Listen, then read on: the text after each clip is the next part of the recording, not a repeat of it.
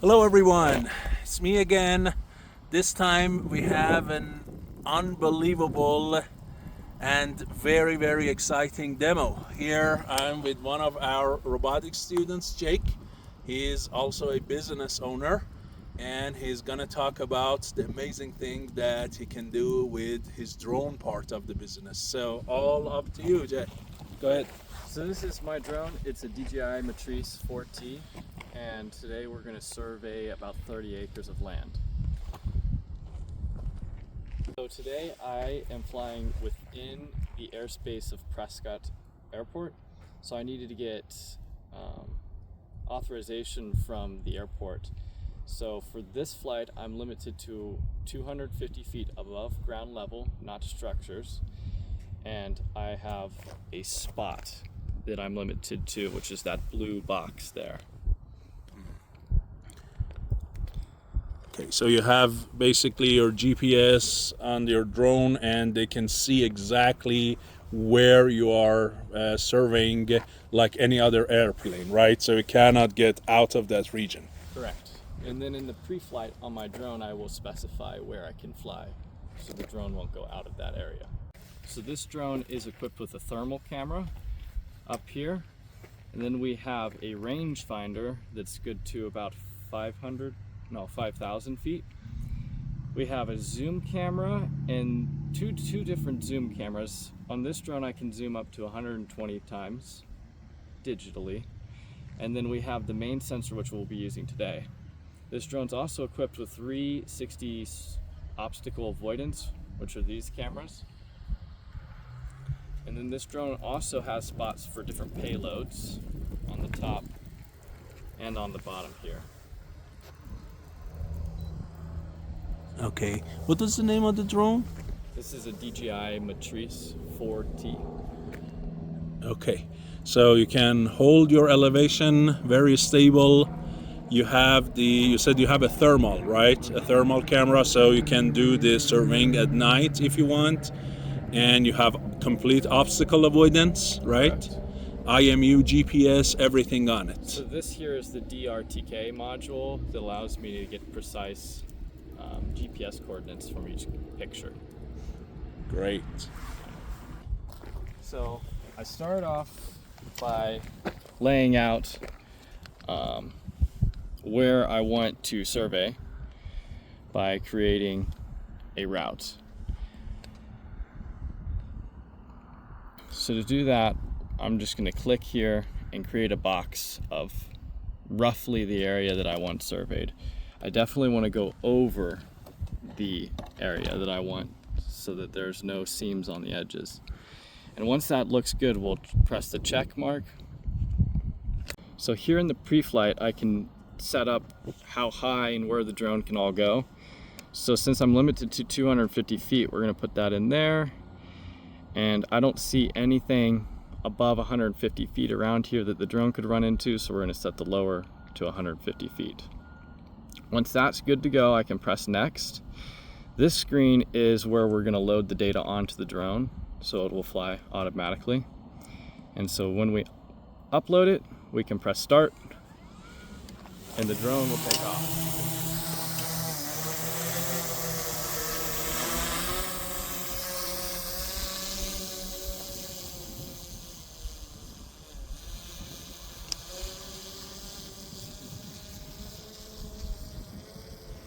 Okay, and here you can see we can use the cameras on the drone and see in real time. Are you controlling it right now? I am. Manually? So he wants to bring it back down and check on the drone. So you can see the high definition. There we go.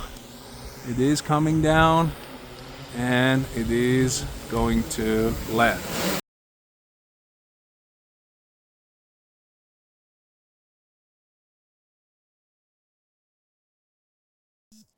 Okay, now we're in the software. I am using the Pix4D software, specifically the Pix4D Matic. So I've imported my images. We have 240 images, and first we name it. So I'm going to name mine test, and then choose its file location. When we click start, the software will import all the photos and determine their geographic location based upon the RTK data we got. So as you can see here, we've got a good amount of images. In order to turn the images into usable software, we can come over here to processing and choose what we want. So initially we always have to start off with calibrating the images and creating a dense point cloud. Then we can choose mesh. You don't have to choose mesh. DSM it pretty much shows like a topographic kind of style map, and orthomosaic is like a Google Maps kind of video, or I'm sorry, photo. So then we can go and press start, and this is going to take my computer 5 to 10 minutes to process all the data, and I'll be right back. Okay, now we're back. This is what it will look like when the computer is finished doing all of its whatever it does. So here we have it. Up here we can see that we have 240 calibrated images. Those are the green. So I'm going to turn off the calibrated images and the input camera images. And the automatic type points, points clouds, and mesh are only visible in 3D. The DSM model is this rainbow colored looking thing. This shows us elevation data. Right down here in the bottom right corner we can see that. For now I'm going to turn that off. So we have our image of what we've got. This is the orthomosaic, and we can zoom in and look. To determine how accurate this orthomosaic is, we can come to the report, and here we can see that it is 1.4 centimeters plus or minus. In feet, we got 0.046 feet. All of our images calibrated successfully, and here it shows we have 11.4 acres in this box. So here we can come and we can get measurements and different data off of if we wanted to measure, or we can also get in here in this setting, if we are presenting this to a client, see how the edges don't look very nice? We can come in here and create what's called a region of interest, and if we rerun the program, it will spit out data that's only within the region of interest, and our orthomosaic will look very nice and tidy. But we're going to delete these for now. So if we go into 3D, we can look at the point cloud data and the mesh. So I'm going to turn off point cloud and the automatic type points. And this is what we're left with in 3D. Just from 2D images, this is what we get.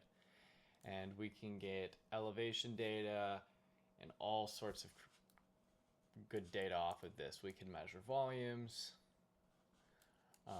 Just so we could look at, we can turn on the calibrated images, and you can actually see where the drone was in space when it took each one of these photos. So that's kind of cool.